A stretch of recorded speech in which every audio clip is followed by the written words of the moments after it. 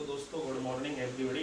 तो आज हम 10th क्लास की बेसिक मैथ लेके आए जो कि त्रिकोणमिति से, जैसा कि बच्चों की डिमांड के अनुसार हम लेके आए, क्योंकि सर्वाधिक मात्रा में क्वेश्चन पूछे जाते हैं और हर बच्चे का डाउट रहता है त्रिकोणमिति में। और बच्चे कहते हैं कि सर हम पर त्रिकोणमिति नहीं हो पाती है, कैसे हमें त्रिकोणमिति करनी है। तो मैं आपको बिल्कुल जीरो से लेके आपकी एनसीईआरटी का हर क्वेश्चन करा के आपके सामने चलते हैं। और ये आपकी 10th क्लास के जो लास्ट के 2 मंथ हैं उनके लिए है। 2 मंथ में पूरा सिलेबस कराने की फुल गारंटी है आपकी ऑनलाइन में। तो त्रिकोणमिति की शुरुआत करते हैं। तो पहला क्वेश्चन हम जो सबसे पहले कि त्रिकोणमिति में होता क्या है, कि त्रिकोणमिति है क्या। तो आपको मैं बता दूं कि आपको सबसे पहले एक राइट एंगल ट्राइंगल बना लेना है। ये वाला आपका जहां मन करे, जैसे मन करे वैसे आपको ट्राइंगल बनाना है। ये आपका राइट एंगल एक ट्राइंगल बन चुका है, यानी कि जिसपे ये राइट एंगल ट्राइंगल बनता है तो यहाँ ये 90 डिग्री का, तो ये राइट एंगल ट्राइंगल हो गया। इसको नाम दे देते हैं हम ए, और इसको नाम देते हैं हम बी, और इसको नाम देते हैं हम सी, यानी कि ये आपके पास राइट एंगल ट्राइंगल बन चुका है। अब बात आती है एंगल मानने की, जैसे थीटा। अगर आप यहाँ एंगल थीटा मानते हो, ये अगर आपने एंगल थीटा माना है, तो एंगल के जस्ट सामने जो होगा वो आपका परपेंडिकुलर होगा, जिसे हम लंब बोलते हैं। और जिस पर राइट एंगल ट्राइंगल बना हुआ है वो आपका बेस कहलाएगा, यानी कि इसे हम आधार बोलते हैं। और जो सबसे बड़ी आर्म होती है, भुजा होती है ट्राइंगल की, ये वाली, इसे हम हाइपोटेनियस बोलते हैं, यानी कि कर्ड बोलते हैं। ये आपको ध्यान रखना है ट्राइंगल, उसके अंदर त्रिकोणमिति के अंदर और ट्राइंगल के अंदर। ये आपका बेस हो गया। अब क्या होता है कि कभी कभार की सर हमेशा एंगल यही थोड़ी मानना है, एंगल तो हम कहीं भी मान सकते हैं। तो मैं आपको 2 डायग्राम बना के और बता देता हूं कि आप अगर एंगल कहीं भी माने, एक आप ऐसे बना लो। अब क्या होता है कि ये तो आपका राइट एंगल ट्राइंगल हो गया, ये तो आपको मान ही लेना है। यहाँ एंगल ए हो गया, इसको नाम दे देते हैं बी, और इसको नाम दे देते हैं सी। अभी देखो हमने एंगल यहां माना था, लेकिन अब हम एंगल मानते हैं यहां, वो भी थीटा। अगर यहां हम थीटा मानते हैं तो इसके जस्ट सामने आपका क्या होगा, लंब होगा, जिसे परपेंडिकुलर कहते हैं। इसके जस्ट सामने लंब होगा, जिस पर राइट एंगल ट्राइंगल बना हुआ है, ये आपका आधार यानी कि बेस कहलाएगा। ये आपका बेस होगा। और मैंने आपको अभी बताया कि सबसे बड़ी भुजा जो होगी वो आपकी हाइपोटेनियस होगी, यानी कि कर्ड होगी, ये आपका कर्ड कहलाएगा यहां भी। लेकिन अब कभी कभार क्या होता है, बच्चा कहता है कि सर हम यहाँ एंगल ना मान के हम तो एंगल यहां भी मान सकते हैं, जो आपके सामने दूसरा एंगल है, कि सर हम तो एंगल यहां मानेंगे। तो ये तो आपका राइट एंगल ट्राइंगल, इसको नाम सी दे लो, इसको बी दे लो, और इसको ए दे लो। अब क्या कहते हैं कि बच्चे कहते हैं कि सर हम तो ऊपर एंगल मानेंगे। तो आपने अगर ऊपर एंगल माना है तो एंगल के जस्ट सामने आपका क्या होगा, लंब होगा, ये यहां, ये आपका परपेंडिकुलर कहलाएगा। और जिस पर राइट एंगल ट्राइंगल बना हुआ है वो आपका बेस होगा, ये आपका बेस हो गया, यानी कि आधार हो गया। और जो सबसे बड़ी भुजा है आपकी, वो आपकी हाइपोटेनियस कहलाएगी, यानी कि कर्ड कहलाएगी। अब आपका जैसे मन करे वैसे आप ट्राइंगल बना सकते हैं। अब बात आती है कि इनका यूज कैसे करना है, कहां हाइपोटेनियस की जरूरत पड़ती है, कहां कर्ड की जरूरत पड़ती है, कहां लंब की जरूरत पड़ती है। तो उसके लिए मैं देखो आपको बता दूं कि जो आपकी ट्रिग्नोमेट्री होती है उसके अंदर आपको ये 6 चीज माननी है। सबसे पहले ये sine theta, cos theta, tan theta, cosec theta और सेक थीटा और कॉट थीटा, ये आपको याद रखने। अब इनके लिए जब हम क्वेश्चन करेंगे तो इसका हमारे लिए बड़ा जरूरी है। ये ट्रिग्नोमेट्रिक रेशियोज कहलाते हैं, ट्रिग्नोमेट्रिक रेशियो कहलाते हैं, कि कैसे आपको इनका क्या रीजन है। तो इनके लिए मैं आपको एक ट्रिक बता दूं। हिंदी मीडियम वालों के लिए है लाल बटे कक्का, लाल बटे कक्का। और इंग्लिश मीडियम वालों के लिए है पंडित बद्री प्रसाद हर हर बोले सोना चांदी तोले। और हमारी क्लास के बच्चे बोलते हैं पंडित बद्री प्रसाद हर हर बोले सोना चांदी तोले। हमारी क्लास के बच्चे बोले पापा बीड़ी पीली, हाँ हाँ बेटा हाँ। तो आपको टेंशन नहीं लेना है, आपको याद रखना है पंडित बद्री प्रसाद हर हर बोले सोना चांदी तोले और लाल बटे कक्का। यानी कि बात करें कि इसका यूज क्या है, कि अगर आपको साइन थीटा की अगर मैं बात करूं कि साइन थीटा बराबर हमारा क्या होता है, तो साइन थीटा बराबर होता है हमारा, शुरू करते हैं बेटा। अभी जो मैं कह रहा था कि साइन थीटा, अगर आपसे पूछे कि साइन थीटा बराबर क्या होता है, तो आपको देखो याद रखना है लाल बटे कक्का, यानी कि ये हो गया यहाँ साइन थीटा, ये कॉस और ये टेन, साइन कॉस टेन। उसका उल्टा हो जाता है आपका कॉट, कॉट का उल्टा, कॉट के बाद ये आएगा सेक, और सेक के बाद आएगा कोसेक। ये आपको याद रखना है। यानी कि मैं आपसे बात करूं कि क्या होता है, तो साइन थीटा बराबर आपको याद रखना है लंब बटे कर्ड, एल फॉर लंब, के फॉर कर्ड। तो साइन थीटा बराबर हमारा होता है लंब बटे कर्ड, लंब बटे कर्ड, यानी कि पी यानी कि परपेंडिकुलर, और लंब को बोलते हैं हम पी और कर्ड को बोलते हैं हम एच। ये हो गया हमारा पी अपॉन एच।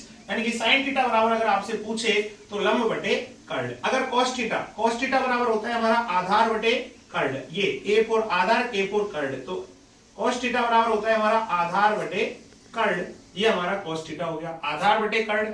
और आधार को हम क्या बोलते हैं बी, और कर्ण को क्या बोलते हैं हाइपोटेनियस यानी कि बेस। और टेन थीटा बराबर हमारा क्या होता है लंब बटे आधार।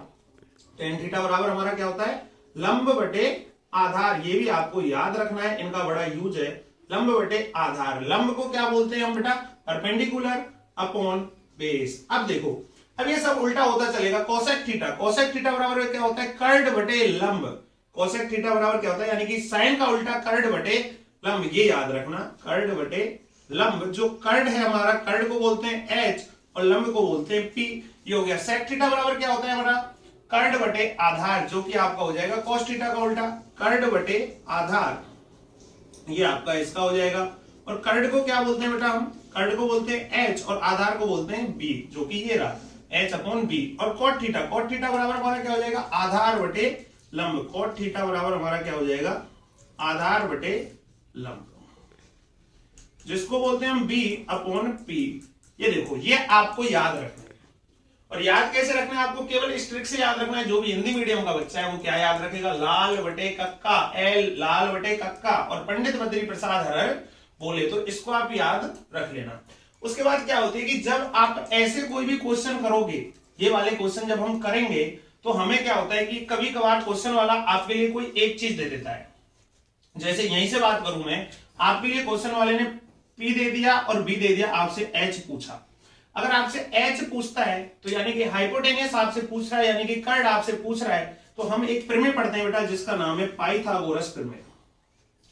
पाइथागोरस प्रमेय जिसे हम कहते हैं यानी कि पाइथागोरस थ्योरम, पाइथागोरस थ्योरम जो हम पढ़ेंगे उसमें क्या होता है कि हमें अगर कर्ण निकालना है तो कर्ण के लिए वैसे पाइथागोरस थ्योरम क्या कहती है मैं आपको बता दूं कि जो सबसे बड़ी जो आर्म होती है आपकी, यानी कि जो सबसे बड़ी आर्म होती है वो इन दोनों के योगफल के वर्ग के बराबर होती है। यानी कि इसका जो वर्ग होगा वो इन दोनों के वर्गों के योग के बराबर होगा, यानी कि इन दोनों के स्क्वायर के सम के इक्वल टू होगा। कैसे देखो बेटा, हाइपोटेनियस का स्क्वायर जो होगा वो बराबर होगा आपका किसके परपेंडिकुलर के स्क्वायर के प्लस बेस के स्क्वायर के, यानी कि ये याद रखना। यानी कि जो कर्ण का स्क्वायर है, कर्ण स्क्वायर इज इक्वल टू जो होगा वो हमारा क्या होगा परपेंडिकुलर का स्क्वायर यानी कि लंब का स्क्वायर प्लस किसका स्क्वायर बेस का स्क्वायर यानी कि आधार का स्क्वायर।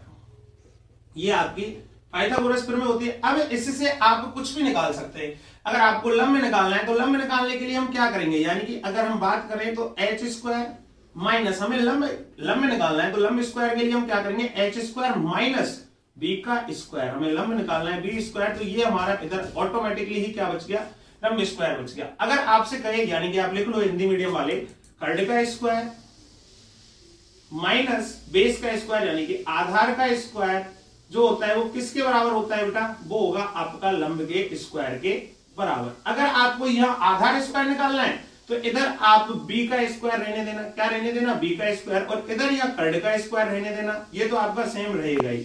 अब क्या बच गया आपके पास, यानी कि आपके पास क्या बच गया यहाँ h, कर्ण को h लिख देता हूं मैं, h स्क्वायर माइनस b आ गया h आ गया, तो क्या बच गया p का स्क्वायर, यानी कि कर्ण का स्क्वायर माइनस p का स्क्वायर यानी कि लंब का square is equal to base यानी कि आधार का स्क्वायर। ये आपकी पूरी 8.1 केवल इसी पर आधारित है। आप इसको देख सकते हैं, आपको पूरा इसका कहीं स्क्रीनशॉट लेना चाहें तो आप स्क्रीनशॉट ले सकते हैं। और अभी हम शुरू करते हैं आगे 8.1, तो चलते हैं क्वेश्चन के लिए।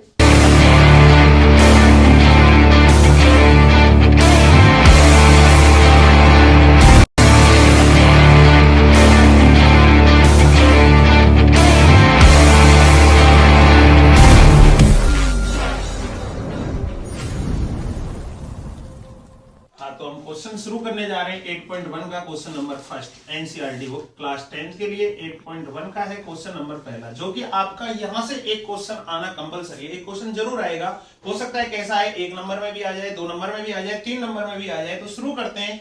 इन triangle ABC right angle at B, यानी कि इन ट्राइंगल एबीसी आपको सबसे पहले कुछ नहीं करना बेटा, ये जो ट्राइंगल एबीसी दिया है आपको सबसे पहले एक ट्राइंगल एबीसी बना लेना है। ये आपका ट्राइंगल एबीसी हो गया। कुछ नहीं करना है, जो क्वेश्चन कह रहा है आप उसको पकड़ते चलो। उसके बाद उसने कहा है कि राइट एंगल एट बी, यानी कि आपका जो राइट एंगल है वो एट बी पर है। आपको उसने मजबूर किया है कि आपको राइट एंगल बी पर ही मानना पड़ेगा। तो ये हो गया आपका राइट एंगल बी। जहां पर सीधी लाइन खिंचे वो राइट एंगल कहलाता है आपका, जिसे समकोण त्रिभुज कहते हैं। उसके बाद उसने कहा है बी पर A B is equal to 24 centimetre. अब आप ए कहीं भी मान सकते हो, आप मन कर रहा है कि ए यहां मानेंगे तो आप यहां मान सकते हो, आप यहां कर रहा है तो यहां मान सकते हो। तो इसको लिखना है ए बी 24 सेंटीमीटर। उसके बाद उसने कहा कि BC is equal to 7 centimetre. तो अब C बच गया, तो C हमारे पास कहां है, ये रहा 7 सेंटीमीटर।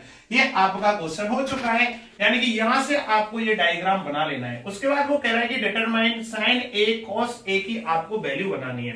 तो मैंने आपको अभी थोड़ी देर पहले बताया था कि जब हमें ये वैल्यू बतानी हो तो जहां A जो ये है ये हमारा एंगल है, ये हमारा एंगल है, यानी कि इसको हमें एंगल मानना है। तो ये हमारा एंगल हो गया A। तो मैंने आपको क्या बताया था कि एंगल के जस्ट सामने जो होगा, एंगल के जस्ट सामने होगा वह आपका परपेंडिकुलर कहलाएगा, यानी कि लंब कहलाएगा। और जहां राइट एंगल ट्राइंगल बना हुआ है वो आपका बेस कहलाएगा।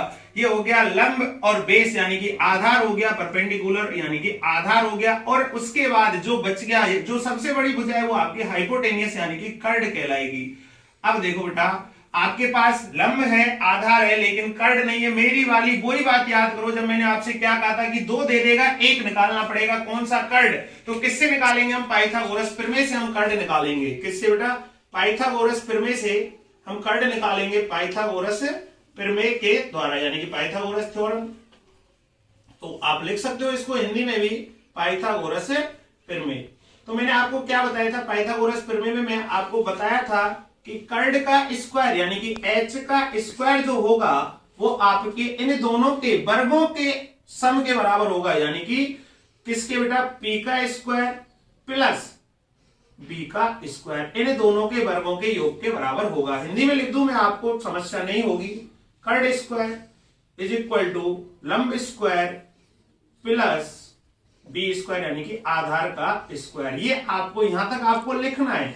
उसके बाद देखो आपको क्या दे रखा है कि हमें h तो निकालना है, तो यहाँ h स्क्वायर आपका यूं की यूं रहेगा। लंब स्क्वायर हमारे लिए दे रखा है क्या है, 7 का स्क्वायर प्लस आधार का स्क्वायर जो है वो हमारा क्या है, 24 का स्क्वायर। अब मैंने आपको पहले भी कहा था, फिर कह रहा हूं कि 30 तक आपको स्क्वायर याद रखने। तो h square is equal to हम निकालेंगे, 7 का स्क्वायर होता है हमारा 49 प्लस 24 का स्क्वायर होता है हमारा 576, यानी कि 576। h square is equal to हम इसको ऐड करेंगे, 9 6 15 7 4 11 और 1 12 5 और 1 6, यानी कि ये इधर लिख देता हूं मैं, h square is equal to आ गया हमारा 625। तो अब मैं बात करूं कि अगर इसमें से स्क्वायर हटाना है तो बेटा इसको पहना दो टोपी, ये आ गया। अब आपको क्या करना है, ये देखना है किसी का वर्ग है या नहीं। तो 625 जो वर्ग होता है वो होता है आपका किसका, 25 का। अब कोई ऐसा तो नहीं है जिस पर वर्ग निकालना नहीं आता है, तो उसके लिए भी मैं आपको बता दूंगा बेटा, शॉर्ट ट्रिक, वो डिस्क्रिप्शन में आपको लिंक मिल जाएगी उसके लिए। तो यहाँ आ गया ये 25, यानी कि h आपके पास 25 निकल के आ गया। अब याद करो मैंने आपको वो 2 चीज बताई थी, लाल बटे कक्का और पंडित बद्री प्रसाद हरर बोले। एक बताई थी मैंने आपके लिए लाल बटे कक्का और एक बताई थी मैंने पंडित बद्री प्रसाद हर हर बोले। ये मैंने आपके लिए ट्रिक बताई थी। अब आपसे उसने पूछा है साइन ए और कॉस ए की वैल्यू आपको ज्ञात करनी है, साइन ए और कॉस ए की वैल्यू आपको ज्ञात करनी है। तो सबसे पहले आपका क्या काम है, आपको निकाल लेना है कि साइन बराबर क्या होता है। यहां साइन ए बराबर लिखेंगे तो साइन कॉस टेन, तो साइन ए लंब बटे कर्ड P upon H. Sine A बराबर हमारा होता है लंब बटे कर्ड, और आपको यानी कि मैं पूछूं P अपॉन एच, ये हो गया हमारा साइन ए। उसके बाद हमसे पूछा है उसने कॉस ए, दोनों अलग अलग है बेटा, कॉमा लगा हुआ है। तो कॉस ए आधार बटे कर्ड, कॉस ए बराबर क्या होता है बेटा हमारा आधार बटे कर्ड, ये आपको निकालना है। आधार बोले तो B और कर्ड बोले तो H, ये वैल्यू हमें निकालनी है। मैं आपको बता दूं, देखो आपको दिख भी रहा होगा कि P बराबर हमारा क्या है 7 सेंटीमीटर, तो P हमारा कितना आ गया 7 और h हमारा कितना आ गया 25, 7 अपॉन 25 और cos a b upon h, b कितना है बेटा मेरे पास 24 और h कितना है मेरे पास, h ये रहा 25। ये आपका क्वेश्चन नंबर फर्स्ट का फर्स्ट पार्ट हो चुका है। साइन सी कॉस सी बड़ा ही आसान है, आप कर सकते हो, लेकिन फिर भी मैं आपके लिए बता दूं। देखो ये जो ट्राइंगल है ये तो आपका सेम रहेगा, लेकिन अब जो यहाँ प्रॉब्लम आएगी कि कर्ड किसको माने और लंब किसको माने, तो ये मैं आपको देखो यहां से मिटा देता हूं। अब ये नहीं रहेंगे, इसके लिए ये आपके अलग रहेंगे। तो देखो वैल्यू आपकी सेम रहेगी। अब हम क्या करेंगे, जो हम एंगल मानेंगे हमारे लिए, देखो ये रहा एंगल, पीछे वाला जो जैसे साइन थीटा कॉस थीटा आपने बताया था, तो ये एंगल है, तो हम यहां मानेंगे एंगल सी। तो मैंने क्या कहा था कि एंगल के जस्ट सामने होगा वो है आपका पी, यानी कि लंब होगा, और जो राइट एंगल ट्राइंगल सीधी लंबी रेखा जो बन रही है वो आपका बेस होगा। क्या होगा, बेस होगा, जिसे हम आधार कहते हैं। ये हमारा आधार आ गया। उसके बाद जो सबसे बड़ी भुजा है वो हमारी हाइपोटेनियस होगी। हमसे क्वेश्चन में क्या पूछा है उसने, साइन सी कॉस सी, तो यहां लिखते हैं हम क्वेश्चन नंबर सेकंड, साइन सी और कॉस सी, ये हमें निकालना है। तो देखो साइन सी, अब आ गया आपके पास साइन सी। देखो बेटा साइन सी के लिए मैं आपको अभी बताया है कि साइन बराबर हमारा क्या होता है, ये लंब बटे कर्ड। तो इनमें कोई चेंज नहीं होगा, सी लग जाए बी लग जाए उससे कोई फर्क नहीं पड़ना आपको। तो साइन बराबर याद रखना है कि लंब बटे कर्ड, लंब को बोलते हैं पी और कर्ड को बोलते हैं एच। ये हो गया। उसके बाद हम अलग से लिख लिया करो बेटा, इसको आसान रहेगा। कॉस सी, कॉस सी बराबर हमारा क्या होता है, कॉस सी आधार बटे कर्ड। उसी से लाल बटे कक्का और पंडित बद्री प्रसाद हर हर बोले, यानी कि पापा बीड़ी पीली, हाँ हाँ बेटा हाँ, तो आधार बी अपॉन एच। अब देखो आपके पास ये रहा ट्राइंगल, ट्राइंगल को ध्यान से देखना है। आपसे पूछा है साइन सी, पी, पी की वैल्यू बेटा कितनी है आपके पास 24, ये आ गई 24, और एच की वैल्यू कितनी है आपके पास 25, 24 बटे 25। उसके बाद कॉस सी, कॉस सी क्या है बी अपॉन एच, बी की वैल्यू कितनी है 7 और एच की वैल्यू कितनी है 25। ये आपका क्वेश्चन नंबर फर्स्ट हो चुका है, क्वेश्चन नंबर फर्स्ट हो चुका है। देखो उसी लॉजिक के साथ आपका क्वेश्चन नंबर फर्स्ट हो चुका है।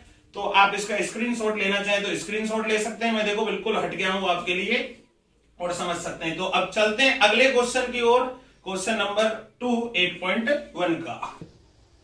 हाँ तो आपका अगला क्वेश्चन है बेटा 8.2 का क्वेश्चन नंबर 2 की इन फिगर यानी कि चित्र में find tan p minus cot r, यानी कि आपको tan p minus cot r बताना है। तो ये हिंदी मीडियम वालों के लिए जो क्वेश्चन है वो आपका आ जाएगा नीचे। तो देखिए आपका क्या क्वेश्चन कह रहा है कि आपको tan p minus cot r बताना है। तो मैंने दो डायग्राम बनाए हैं आपके लिए। देखो ये आपको दे रखा है PQ दे रखी है 12 सेंटीमीटर और PR दे रखी है 13 सेंटीमीटर, लेकिन QR आपके पास नहीं है। तो हमें QR निकालनी है। QR निकालने के लिए तो सबसे पहले हम इसको कैसे निकालेंगे, देखो इसके अकॉर्डिंग निकाल लेते हैं tan p को मानते हुए। तो tan p मैंने आपके लिए अभी एक ट्रिक बताई थी, देखो यहां लिख रहा हूं मैं लाल बटे कक्का, और एक बताई थी आपके लिए मैंने पंडित बद्री प्रसाद हर हर बोले सोना चांदी तोले, ये मैंने आपको ट्रिक बताई थी। तो देखो tan p sine cos tan, यानी कि tan की मैं बात करूं तो tan क्या होता है आपका, tan इज इक्वल टू होता है हमारे पास क्या बेटा, tan इज इक्वल टू होता है साइन कॉस tan लंब बटे आधार। क्या होता है हमारे पास, लंब बटे आधार होता है, यानी कि लंब बटे आधार को बोलूं तो देखो P अपॉन बी क्या होता है बेटा, P अपॉन बी। अब देखो कि अगर मुझे एंगल P मानना है, tan P, मुझे एंगल P तो मानना ही पड़ेगा, P दे रखा है तो आपको इक्वल टू लंब बटे आधार यानी कि P अपॉन बी। अब देखो आपके पास मैंने आपको बताया था कि एंगल P, ये आपको एंगल P मानना है, यहां से एंगल P मानना है। तो ये हो गया P। मैंने आपको क्या बताया कि एंगल के जस्ट सामने जो होगा वो परपेंडिकुलर होगा यानी कि लंब होगा, और जिस पर राइट एंगल ट्राइंगल बना हुआ है वो आपका आधार होगा यानी कि बेस होगा। ये आपका आधार हो गया, और ये आपका कर्ड होगा जिसे हाइपोटेनियस कहते हैं, ये H हो गया और ये B हो गया। अब देखो आपके पास आपको फिर भी एक चीज तो निकालिए, अकॉर्डिंग टू क्वेश्चन के अनुसार अगर मैं बात करूं तो मुझे लंब की जरूरत है। पहले मुझे क्या चाहिए, लंब चाहिए। तो आपको क्या लगानी है, वही अपनी पाइथागोरस प्रमेय लगानी है।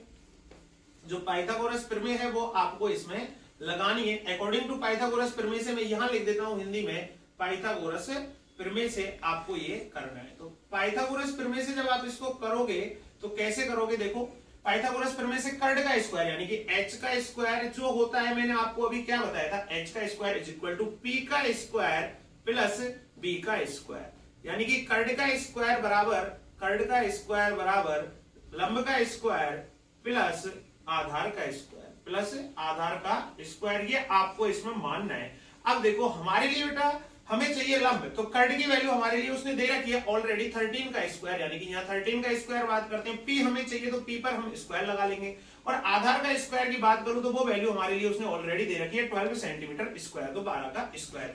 अब क्या करते हैं, इसका स्क्वायर मैंने आपको पहले भी बोल चुका हूं, फिर बोल रहा हूं कि आपको लगभग 30 तक वर्ग याद करने हैं। अगर आपको अच्छे नंबर लाने तो छोटी छोटी चीजें ही आपको नंबर ऑब्टेन कराती है। 13 का स्क्वायर होता है 169 इज इक्वल टू पी का स्क्वायर प्लस 12 का स्क्वायर होता है 144। 169 मैंने आपको क्या बताया था कि इसको इधर लाएंगे तो ये माइनस में हो जाएगा, minus 144 is equal to P का स्क्वायर, ये हो गया। अब आपका क्या हो जाएगा, यानी कि इसको माइनस कर दो बेटा, 169 माइनस 144 ये हो गया 25 इज इक्वल टू पी का स्क्वायर। स्क्वायर हटाने के लिए मैंने आपको क्या कहा था, इसको पहना दो टोपी 25 और ये p इज इक्वल टू हमारा आ गया 5 यानी कि 25 किसका वर्ग है, 5 का, यानी कि किसका स्क्वायर है, 5 का। तो मैं इसकी बात करूं तो आपके सामने ये आ गया 5 सेंटीमीटर, ये तो हो गया ऐसे। अब कभी कभार क्या होता है कि आप इसको वैसे भी लिख सकते हैं बेटा, अगर आपको फिर में वो नहीं करना कि हम क्वेश्चन के अकॉर्डिंग कर रहे हैं, तो आप फिर इसको क्या कर सकते हो, आप इसको ऐसे लिख सकते थे। कैसे, मैं आपको बता दूं एकदम, ये आपका एक्स्ट्रा वर्क है, थोड़ा सा आपको यहां लिख देता हूं मैं इसको थोड़ा समझने के लिए बेटा, अकॉर्डिंग टू क्वेश्चन से हटके है ये आपका थोड़ा, कि कभी कभार सर हमें नहीं करना कि क्या है, कर्ड है। तो देखो पी आर स्क्वायर यानी कि कर्ड का स्क्वायर, तो हम इसको लिख सकते हैं पी आर का square is equal to Q R square plus Q P square plus Q P square, आप इसको ऐसे भी लिख सकते हैं, ठीक है। पी आर स्क्वायर दे रखा है 13 का square is equal to Q R square, तो मुझे निकालना है क्यू आर का वर्ग, तो मुझे निकालना है, प्लस क्यू पी स्क्वायर दे रखा है 12 का स्क्वायर, ये हो जाएगा 169 is equal to Q R square, मुझे निकालना है तो क्यू आर स्क्वायर आ जाएगा, प्लस 144, ये प्लस वाला इधर जाके माइनस में हो जाएगा, 169 minus 144 is equal to Q R square. तो अब क्या करोगे, 25 is equal to Q R स्क्वायर, अब क्यू आर पे से स्क्वायर हटाओ, इसको पहनाओ टोपी क्यू आर अंडर रूट 25, और ये क्यू आर किसका आ गया बेटा, 25 किसका होता है, 5 का। तो आप ऐसे भी इसको लिख सकते हैं, अगर आपको इतना वो नहीं है तो आप ऐसे भी कर सकते हैं, इसमें कोई दिक्कत नहीं है। अब देखो, यानी कि मैं क्यू आर मेरा क्या आ गया 5, तो मैं यहाँ 5 भी इसको लिख सकता हूं। अब देखो, अब यहाँ पे हमसे पूछा है माइनस कॉट आर, अभी तो मुझे कॉट आर और चाहिए, तो देखो कॉट आर निकालने के लिए मैंने आपको अभी एक चीज बताई है, तो वो याद रखना बेटा, लाल बटे का sine cos tan cot R. अब देखो आपको एंगल मानना है आर यहां, इसलिए मैंने आपके लिए 2 डायग्राम बनाए थे।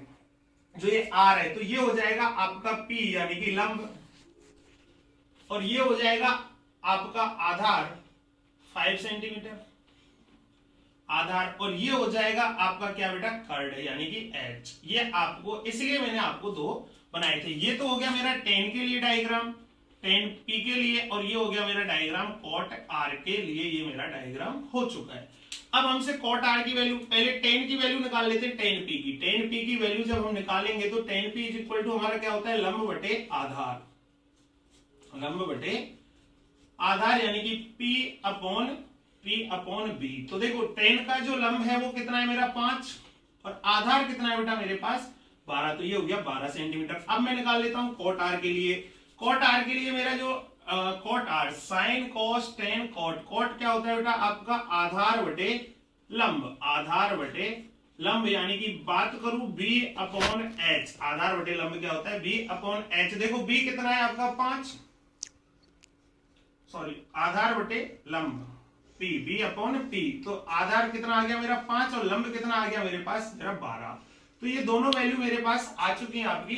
अब देखो, अब केवल आपको कुछ नहीं करना बेटा, जैसे बचपन में हम करते हैं, क्वेश्चन में वैल्यू पुट करनी है बच्चों की तरह। जैसे क्वेश्चन दिया है 10p माइनस कॉट आर, अरे 10p की वैल्यू 5/12 यहां पुट करो, माइनस कॉट आर की वैल्यू यहां पुट करो माइनस 5/12, अरे 5/12 में से 5/12 गया 0, ये आपका आंसर हो गया। देखो कितना आसान क्वेश्चन है, 10p माइनस कॉट आर, लंब आधार 10p, लंब बटे आधार ही तो है, बेस तो नीचे है, 5 बटे 12, अरे बेस तो नीचे है, 12/5 आएगा। किसका आएगा 12/5? 10p का। दोनों का सही है। तो ये बेटा आपका क्वेश्चन 2 पूरा कंप्लीट हो चुका है, इसमें आपको टेंशन लेने की जरूरत नहीं है। देखो कितना आसान क्वेश्चन है। ये मैंने आपको 2 डायग्राम बनाए थे क्योंकि आप जिसको समझ सको। ये कोट का डायग्राम है इधर वाला, और ये tan का डायग्राम है, केवल आपको समझने के लिए। अब बच्चों को थोड़ी, हाँ मैं फिर भी बता दूं आपको कि बच्चे को समझने में दिक्कत आ जाती है कि सर हम तो आधार ऐसे मानते, नहीं बेटा आधार ऐसे नहीं मानते, क्योंकि एंगल के जस्ट सामने जो होगा वो लंब होगा, ये रहा, ये एंगल के जस्ट सामने होगा वो लंब होगा, कॉट में ये लंब हो गया, कॉट में ये लंब हो गया, और आधार फिर ये होगा आपका, ये इसका आधार है और इसका आधार फिर ये होगा। बस ये आपको थोड़ा सा इसमें दूर कर लेना है। तो अब चलते हैं क्वेश्चन नंबर 3 की ओर। चलो अगला क्वेश्चन आ गया आपका क्वेश्चन नंबर 3 बेटा। If sin is equal to 3/4 calculate cos a and tan a। ऐसा क्वेश्चन आपको 1 या 2 नंबर में देखने को मिल सकता है। उसमें आपसे एक वैल्यू पूछ सकता है, cos a की पूछ सकता है, tan a की पूछ सकता है। तो थोड़ा अब जल्दी जल्दी चलेंगे हम। देखो sin a बराबर 3/4 दे रखा है, तो आपको पहले यही काम करना है, लाल बटे कक्का। क्या काम करना है? लाल बटे कक्का। देखो अब आपको यहाँ डायग्राम बनाने की जरूरत नहीं है, ए दोनों में है तो एंगल सारे बराबर है, तो साइन ए की मैं बात करूं तो साइन बराबर हमारा क्या होता है? देखो साइन बराबर लंब बटे कर्ण, यानी कि P BP Pandit Badri Prasad horror बोले, तो यानी कि P अपॉन H ये होता है हमारे पास, P अपॉन H यानी कि लंब बटे कर्ण। क्या होता है बेटा? लंब बटे कर्ण होता है हमारे पास ये, तो लंब बटे कर्ण होता है।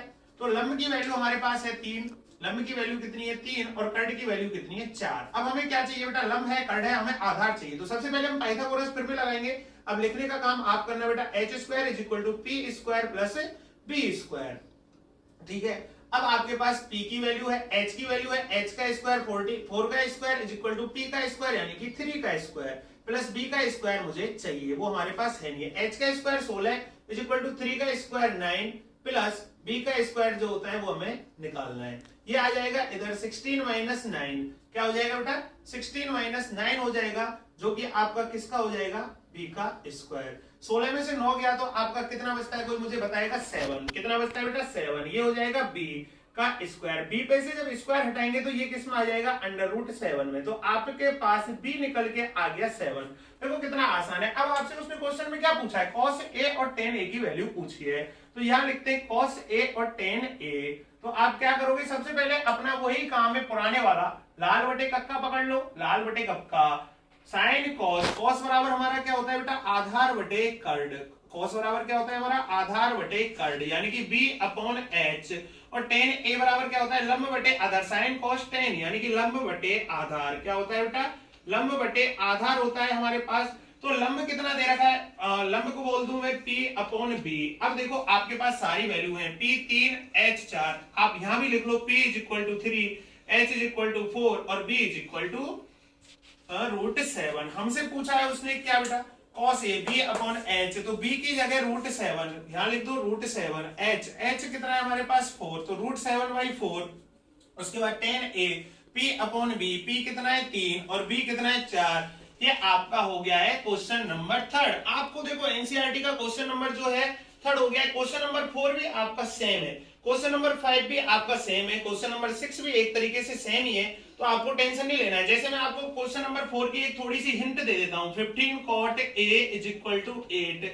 ये आपका क्वेश्चन नंबर 4 है। अब आपको कुछ नहीं करना बेटा, cot a is equal to आप क्या लिख दोगे? 8 अपॉन 15। ये 15 क्या चला जाएगा नीचे। उसके बाद आपको पता है sine cos tan cot। cot क्या होता है आपका? आधार बटे लंब, तो ये हो गया आपका आधार और ये क्या हो गया? आपका लंब। अब आपके पास b और p की वैल्यू आ गई और जो कुछ पूछे वो आप निकाल देना।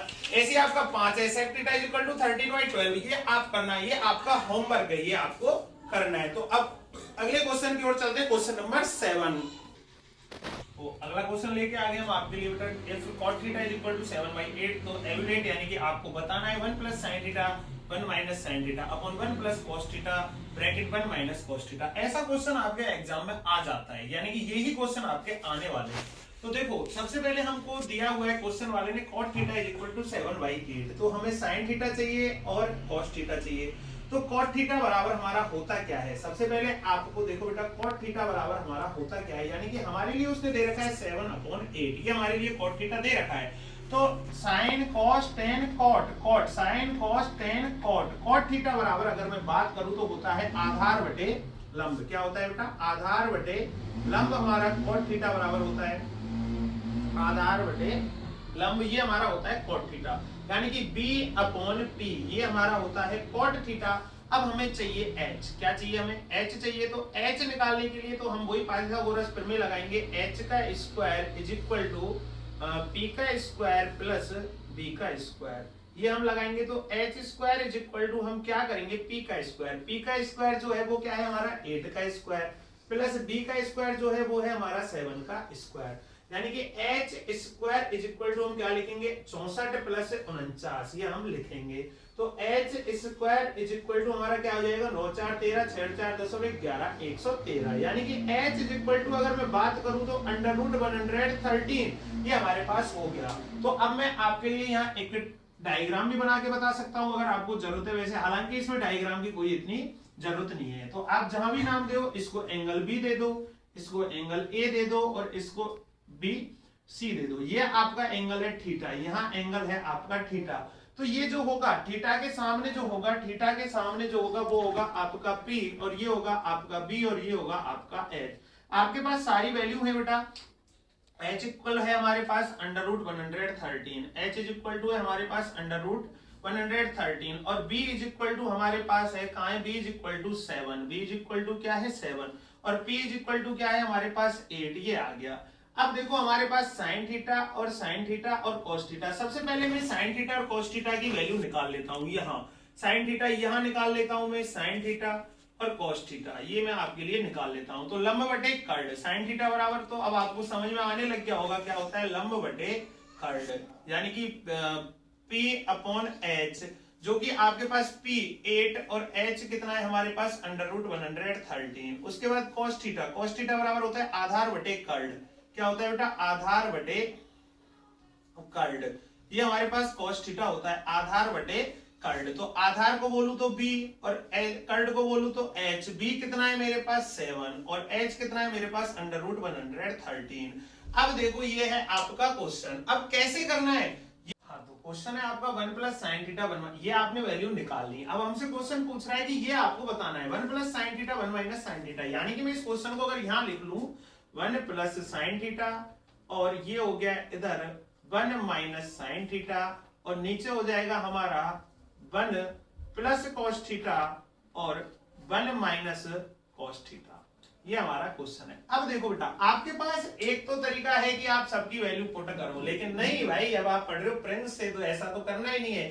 देखो बेटा 1 प्लस 1 1 का square plus sine square theta, यानी कि अब फॉर्मूला लग जाएगा a square minus b square is equal to a plus b और a माइनस b। क्या आपके सामने यही नहीं हो रहा a plus b a minus b, तो फॉर्मूला बन गया, बस क्वेश्चन खत्म। तो 1 का स्क्वायर 1 का square minus b square sine square theta upon 1 square minus cos square theta. Value put करो मेरे बेटाओ, तो 1 का स्क्वायर तो 1 ही रहेगा, साइन स्क्वायर थीटा आपके पास साइन की वैल्यू ये रही 8 upon minus 8 upon under root 113 का square upon 1 minus cos square theta 7 upon under root 113 का स्क्वायर, ये रहा क्वेश्चन। अब देखो 1 तो 1 ही रहेगा, माइनस 8 का स्क्वायर 64 अंडर रूट 113 का स्क्वायर है तो केवल 113 अपॉन 7 का स्क्वायर 1 माइनस 49 अपॉन 113, ये कर लो। अब देखो क्या कर लो, बिल्कुल आसान से देखो एलसीएम लेंगे, क्या लेंगे एलसीएम। 113 हमारा एलसीएम आ गया, 113 हमारा क्या हो गया एलसीएम आ गया।